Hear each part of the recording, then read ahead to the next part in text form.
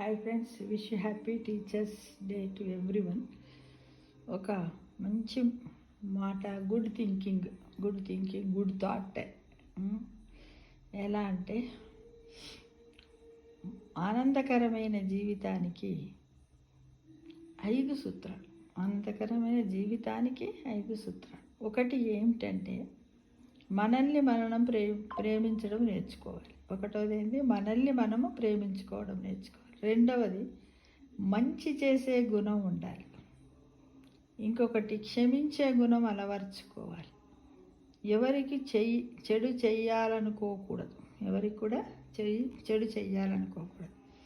మూడవది ఏంటంటే, సహానుకూలాన్ని అలవర్చుకోవాలి. సానుకూలమైనటువంటి ఆలోచనను అలవర్చుకోవాలి. అంటే బీ పాజిటివ్గా ఉండాలి. Always be positive. ఇవి మనం ఆనందకరమైన జీవితానికి 5 సూత్రాలను మనం పెట్టుకున్నట్టయితే ప్రతిరోజు కూడా మనం ఆనందంగా ఉండగలుగుతాం ఫ్రెండ్స్. ఎందుకంటే మనల్ని ఎవరు మాట్లాడించడం లేదు. మనమంటే ఏమిటి అని మనకింత మంచి జన్మించినటువంటి భగవంతుణ్ణి ప్రేమించడము, ఆ తర్వాత మనల్ని మనం ప్రేమించుకోవడం నేర్చుకోవాలి. తర్వాత మంచి చేసే గుణం ఉండాలి. క్షమించే గుణాన్ని అలవర్చుకోవాలి. ఎవరికి చెడు చేయాలనుకోకూడదు. ఎవరన్నా చెడు చేసినా కూడా వాళ్ళని ఏంటంటే ఆ టైంలో బాధపడైనా తర్వాత మనం వాళ్ళతోటి చెప్పాలి, నువ్వు ఇలా ఎవరికి చెడు చేయాలని మేము అనుకోలేదయ్యా, ఏదో బై మిస్లో జరిగితే క్షమాపణ చెప్పండి.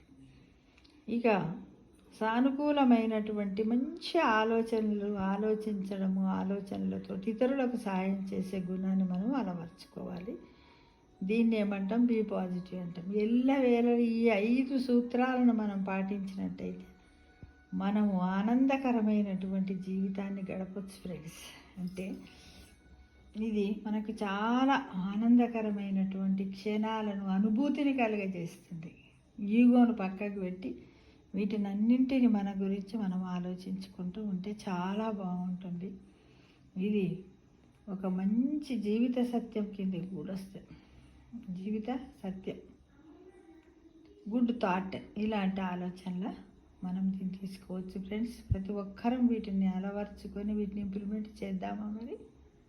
తప్పకుండా. Once again, wish you happy Teachers Day to all.